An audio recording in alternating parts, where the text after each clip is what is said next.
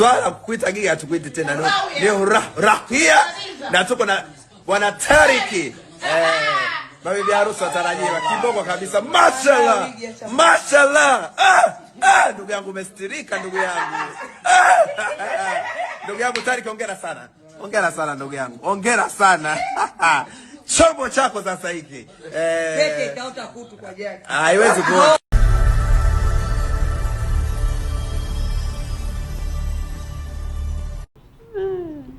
Sherekea, sherekea.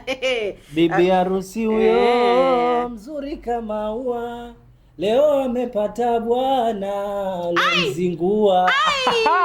Wewe wimbo wa nani huu? Mambo amekuwa ni hivi. Mambo ni moto kwenda mwezi mtukufu ukamalizike, tutakuwa tumeshuhudia ndoa nyingi. Kuna zile za wazi, lakini pia kuna zile za siri. Baada ya Zailisa na Bwana Saidi kufanikisha jambo lao la heri, sasa habari tulizonazo hapa moto moto. Habari njema. Za umbea. Hii haijawa exclusive, lakini unaambiwa ilikuwa ni ndoa fulani hivi ya siri. Ilikuwa siri. Vitu vilikuwa vinapita hivi chini kama paka yuko kwenye maji. Pamoja na mpenzi wake. Nasikia wewe ni ndugu yako bwana huyu mpenzi wake, huyu Bwana Tariki Mzanzibari. Mimi ndugu yangu? Mzanzibari.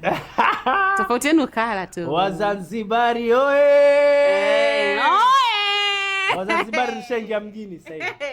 Bwana, habari tukutana nazo kupitia peji ya Mbea mwenzetu Juma Lokole. Tukutana na habari kizungumzia kwamba Gigi Mani pamoja na mpenzi wake Bwana Tariki wamefunga ndoa. Na kuna message ambazo zilivuja. Message zilivuja. Hizi message bwana, mimi natamani nizisome hapa ndugu yangu. Sawa. Aliyemtumia Juma Lokole alisema, ninaumbea ficha namba yangu, lakini Gigi anaolewa usiku huu na yule bwana wake mwanamuziki mweupe. Basi aliyetumiwa ujumbe akajibu, ndio Gigi anaolewa leo, aliniambia nitumie video. Haya sasa mtoa taarifa akasema, nimemuona kwa mbali yuko na Zamaradi, umeingia kwa shehe ndani. Jibu likatoka, mashallah. Aliniambia kusema anaolewa lini. Hata wazazi wa yule mchumba wake wamekuja kutoka Zanzibar. Wapo hapa da wana wiki, kumbe ndoa ni leo. Naganda. Nicheke kiankoti. Unajua iko vipi? Familia imetoka Zanzibar. Imefunga safari, imevuka maji ujue. Unajua kuna Zanzibar kuna maadili fulani hivi. Na ukimwangalia Gigi Mani. Kuna vitu vingi hapa. Nataka kuzungumza kwamba Gigi Mani lifestyle yake. Ni lifestyle ipi? Wewe unijui. Ukimzungumzia Gigi Mani unajua kabisa ni mtu ambaye kacharukwa. Kwa sababu ni mtu ambaye hafichi tabia yake. Hafichi uhalisia wake. Ni mtu ambaye hafeki maisha. Sasa upande wa familia ya mwanaume. Unajua Wazanzibari wanafuata sana maadili na sio Wazanzibari. Naamini familia zote zinafuata zinafuata maadili. Umeelewa? Na unapotaka kuoa kwenye swala la ndoa huwa unakuja unaanza kukaguliwa wewe. Kama mimi mwanaume upande wetu nikitaka kuoa, unaambia wewe mwanamke anatokea wapi? Ndio kukaguliwa hapo. Uko gani? Yukoje? Watatumwa watu. Umeelewa? Hata miezi miwili watu wanafuatilia kwanza, vipi huyu mwanamke. Sasa tabia ya Gigi imekuwa ipo mitandaoni. Haina haja hata kutuma watu kwamba eti mfuatilieni Gigi yukoje. Gigi ashajulikana kwamba ni mtu mambo mengi. Umeelewa? Sasa Saidi pia anaonekana na yeye ni mtu wa mambo mengi, kwa sababu mpaka unakutana na Gigi mlikutana tanaje? Bwana Tariki. Huyo Tariki mlikutana tanaje? Maana ujue lazima ujiulize. Bwana Tariki na Gigi Mani. Tariki kwani ni msanii au wale ndio wanasema? Sio, kuna wimbo walimba pamoja msanii yule. Wimbo gani? Kuna wimbo gani? Niache bwana mwezi mtukufu. Ngoja. Anaimba singeli bongo flavor. Hizi nyimbo za kubana pua. Sasa na kipindi alikuwa na Gigi Mani, sasa alikuwa na Msomali akamkataa huyo Tariki, ndio nani akawa na Msomali. Bwana wewe, Msomali ilikuwa penzi lile, lilikuwa uhusiano lile. Na akazungumza kabisa tuache kazi zetu ziende. Acha masiara bwana. Kwa hiyo kuna penzi pale. Vitamini hapa. Au Msomali amechukua time yake tu pale. Wewe ukuwahi kushuhudia hata kuna clip unawahi kushuhudia wako Gigi, Msomali na washikaji wengine kama wana shoot hivi, yani kama wanajishoot hivi ama wanapiga picha. Ikawa kama vile yani Msomali anamforce Gigi amkisi. Alafu Gigi kabisa anapotezea. Yani ile kwamba hivyo yani kwamba nikisi waamini. Mimi nikaamini kweli hapa. Ili hapa hakuna penzi. Hapa ni generator imeishiwa mafuta. Basi tusubiri umeme wa TANESCO. Wanatengeneza vitu. Sasa ile Gigi akawa kama vile yani anajifanya anasikia lakini anafika vile hamuelewi jamaa. Ndio. Nikisi watu waamini. Mpaka sasa nikaona kasa Msomali akanywea kwenye ile video akasema hapa hamna penzi. Hamna penzi. Lakini pia nilimuona Gigi kwenye interview fulani anamzungumzia Msomali. Wewe Msomali unamzungumziaje? Akasema Msomali ni mpambanaji na ni mtu ambaye ana kitu. Umeelewa? So yani ukamchukulia poa. Lakini pia tukaona baadhi ya video wapo katika hoteli sijui nini yani kama wana mahusiano na hapo huyo Tariq alikuwepo katika mahusiano na nani? Na Gigi. Kuna wakati kama Tariq alipigwa kushoto au hujaona hiyo? Yeah, nakumbuka. Kama akapigwa kushoto baadaye kaja kaonekana wamerudiana tena. Nakumbuka. Au mzigo ulikuwa mkubwa ni? Ndio kama nikikwambia Gigi ni mtu ambaye yani kwanza yeye pesa anaiangalia mbele sana. Yuko kimaslahi zaidi. Yeah, kwa sababu kumbuka pia yule ni mtu ambaye ana mtoto.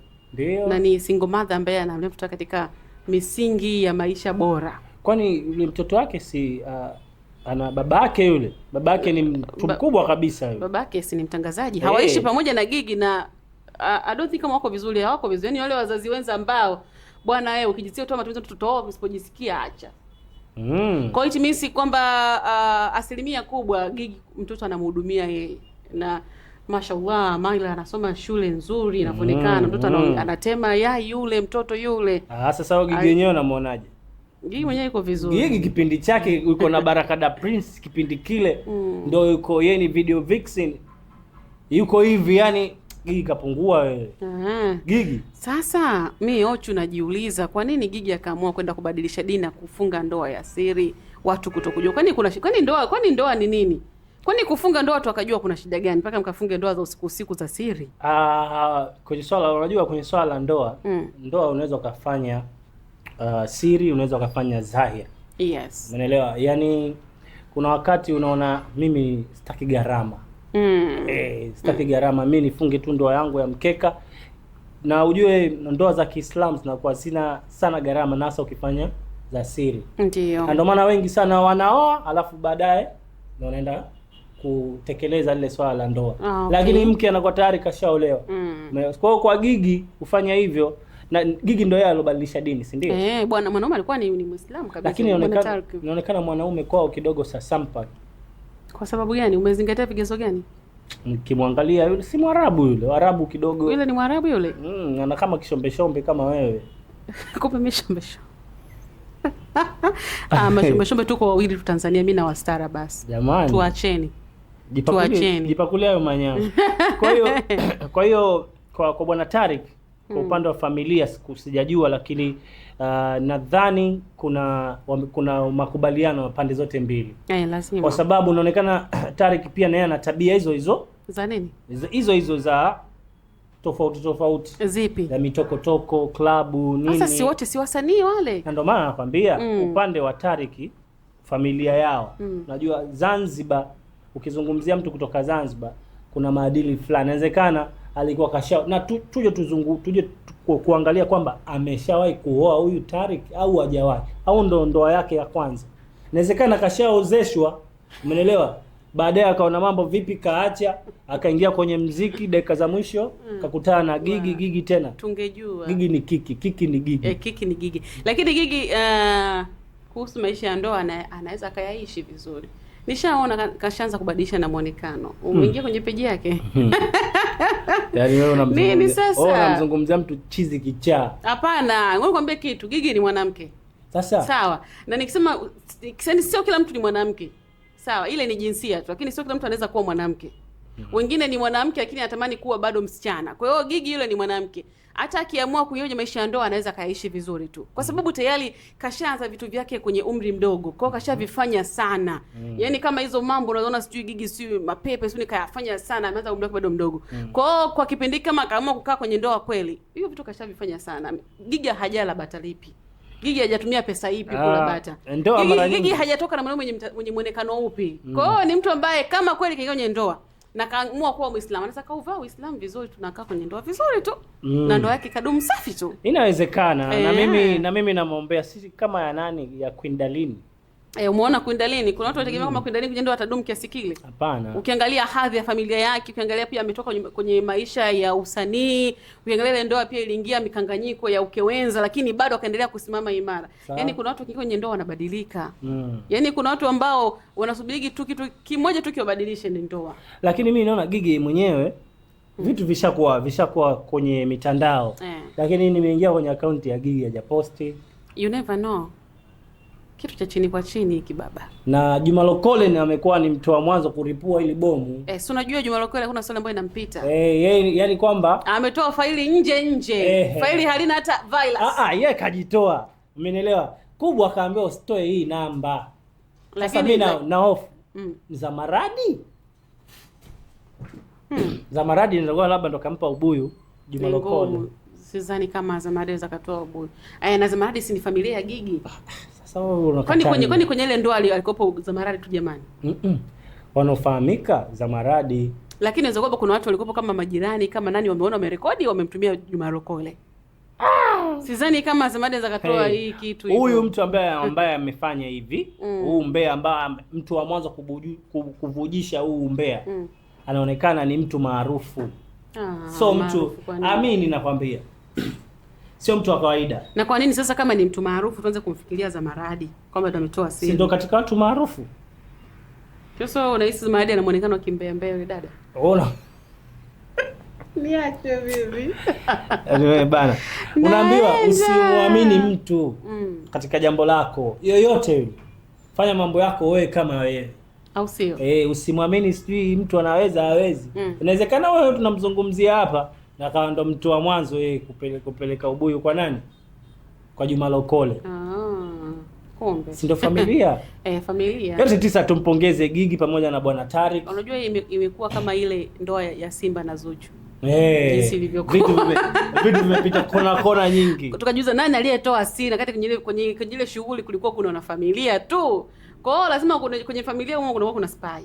Siku zote bana. Kuna kiji Spider-Man kiko huko kinaruka tu. Na ndio maana naambiwa hata kwenye kazi. Kwenye kazi ogopa sana wale watu ambao unafanya nao kazi. Yeah, sure.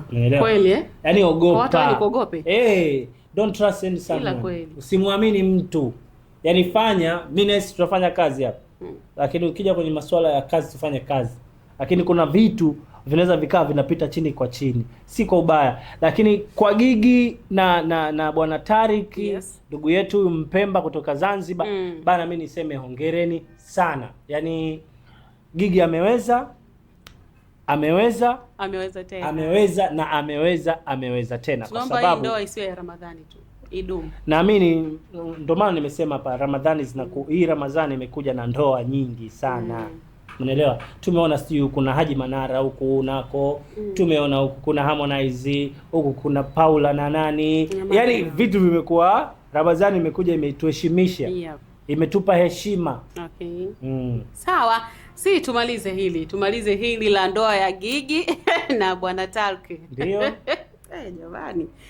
Tutashuhudia vingi. Sawa, tumekujuza hayo mtazamaji kwenye Gossip Table, lakini muhimu zaidi kama utaweka comment yako hapa kuhusiana na kile ambacho umezungumza hapa. Uhuru ni wa kwako kuandika kile ambacho unataka kuandika. Ila muhimu tu subscribe, bonyeza alama ya kengele, halafu share, unakuwa umetisha vibaya zaidi. Kutupata Instagram Bwana Ochu wajuze. Yes, 69 Media Instagram, Facebook pia unaandika hivyo 69 Media.